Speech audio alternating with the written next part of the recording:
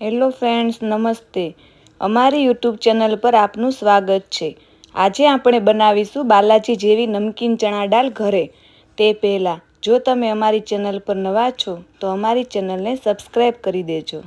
ચણા દાળ બનાવવા માટે સૌથી પહેલાં એક તપેલીમાં ચણા દાળ લઈને તેમાં પાણી નાખી અને બરાબર વોશ કરી લેશું.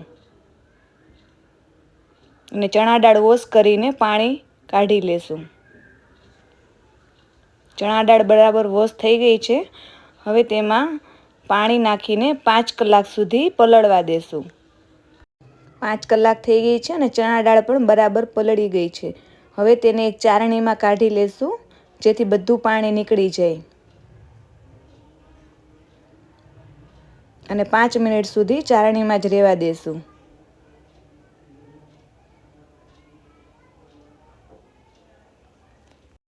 પાંચ મિનિટ પછી એક કોરું કોટનનું કપડું લેશું અને તેની ઉપર ચણા દાળ પાથરી દેશું જેથી ચણા દાળ ડ્રાય થઈ જાય.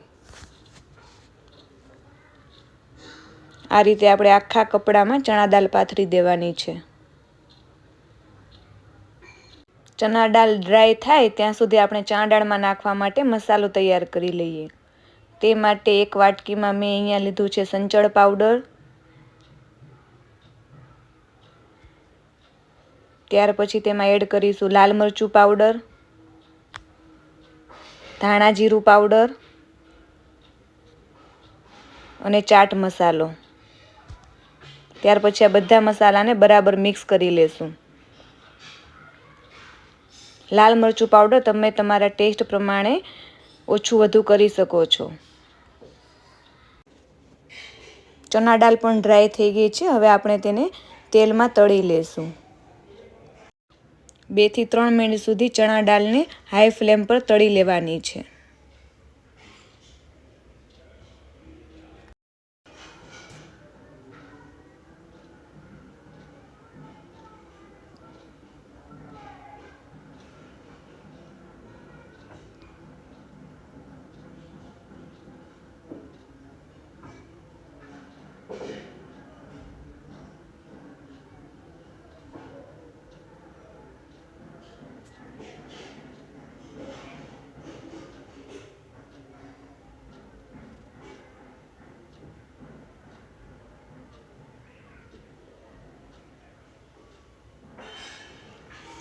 ચણા દાળ બરાબર તળાઈ ગઈ છે. હવે આપણે તેને એક તપેલીમાં કાઢી લેશું.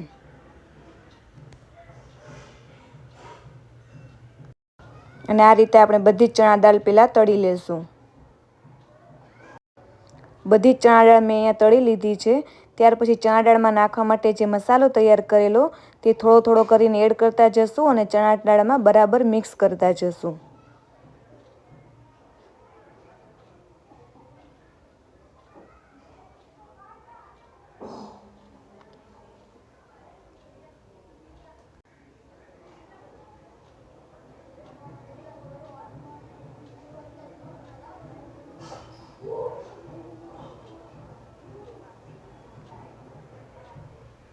ચણા દાળ તૈયાર થઈ ગઈ છે. હવે આપણે એને એક ડીશમાં નીકાળી લેશું.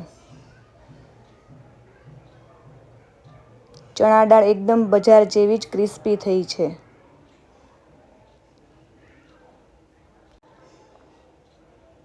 તમને અમારી આ ચણા દાળની રેસીપીનો વિડીયો કેવો લાગ્યો કોમેન્ટ કરીને જણાવજો. તેમજ આવી નવી નવી રેસીપીના વિડીયો જોવા માટે અમારી ચેનલને લાઈક કરો, શેર કરો અને સબસ્ક્રાઈબ કરો. Thank you.